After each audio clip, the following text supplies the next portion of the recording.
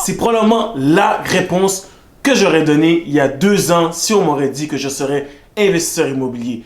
J'imagine que si tu es sur la vidéo en ce moment, c'est que tu es dans la même situation. Tu veux te lancer, tu es vraiment motivé. Par contre, tu n'as pas nécessairement le capital nécessaire. Eh bien, aujourd'hui, dans cette vidéo, je vais te donner 3 astuces qui vont te permettre de pouvoir te lancer sans argent. What's up, guys? Bienvenue sur mon YouTube channel, le Mac Immobilier. Ici, je réponds à toutes vos questions en termes d'immobilier. Donc, si c'est un domaine qui t'intéresse, n'hésite pas. Abonne-toi et instruis-toi. Aujourd'hui, je vais te partager 3 astuces qui vont te permettre de te lancer sans argent. D'ailleurs, dans mes débuts, c'est l'une de ces astuces-là que j'ai utilisées pour pouvoir me lancer. Ça m'a permis de faire de beaux projets tels que celui-ci.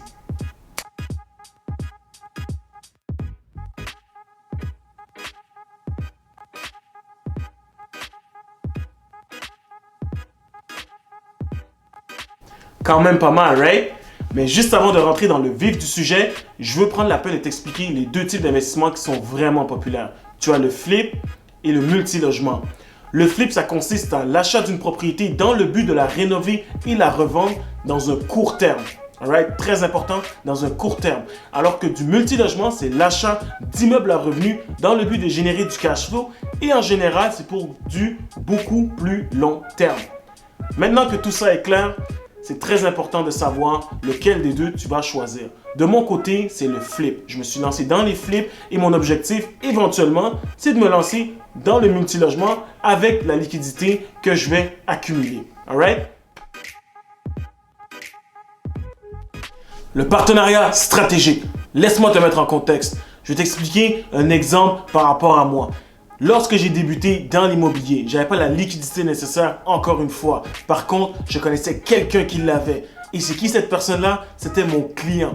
Si tu ne le savais pas, j'ai aussi une compagnie d'estimation en construction et j'avais un client avec qui on avait développé une relation de confiance, avec qui je me sentais à l'aise d'aller voir et de proposer cette aventure de flip immobilier. Mais c'est très important de prendre en note que tu ne peux pas te présenter avec les mains vides. J'ai monté un PowerPoint. Un PowerPoint qui avait les informations suivantes. De 1, le type de propriété que nous allions acheter. On allait avoir un focus sur les bungalows pour débuter. Ensuite, les montants en profit qu'on serait capable de générer après chaque projet. J'avais fait une moyenne et selon les chiffres du marché et ainsi de suite, il y avait un montant que j'étais assez confortable tout en étant conservateur qu'on serait capable de générer en moyenne après chaque projet. Et pour terminer, qu'est-ce qu'on allait faire avec tout cet argent d'accumuler dans le futur? Donc, j'avais un PowerPoint qui était quand même assez complet. Par contre, il avait énormément d'interrogations. Mais l'avantage dans tout ça, c'est que j'avais réponse à toutes ces interrogations-là. Donc, c'est très important que si tu trouves une opportunité immobilière où tu veux aller voir quelqu'un qui a la liquidité nécessaire pour démarrer une compagnie, arrive préparé.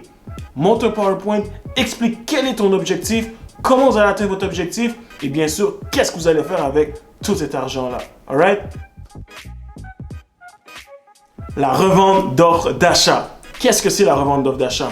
En gros, c'est de devenir un Sherlock Holmes des opportunités immobilières. Tu dois te trouver un secteur et te dire que tu vas devenir l'expert. En quoi est-ce que ça consiste? C'est très simple. Tu dois trouver des propriétés. Ensuite, prendre contact avec les propriétaires. Négocier la propriété. Faire signer l'offre d'achat.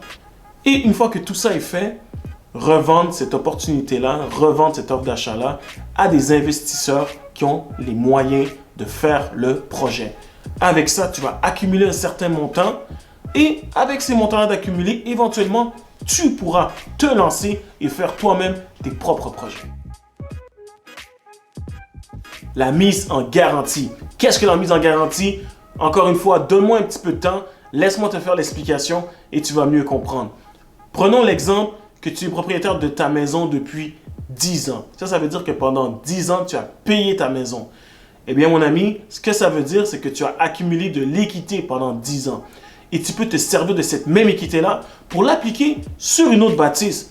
En général, c'est les personnes qui vont faire l'acquisition de multilogements qui vont l'utiliser. Mais ça ne t'empêche pas de l'utiliser dans des cas de flip aussi. Très important de comprendre, guys, que les techniques que je vous ai données aujourd'hui je pourrais faire des vidéos complètes sur chacune de ces 3 techniques-là. Mais l'objectif aujourd'hui, c'était de te démontrer qu'il y avait la possibilité de te lancer en immobilier sans argent. Si je l'ai fait, toi aussi tu peux le faire. C'est sûr et certain aussi que je recommande d'avoir une équipe autour de soi. Ça tombe bien parce que la prochaine vidéo, c'est sur le Starting 5 des quarts de métier que tu as besoin pour bien démarrer dans l'immobilier.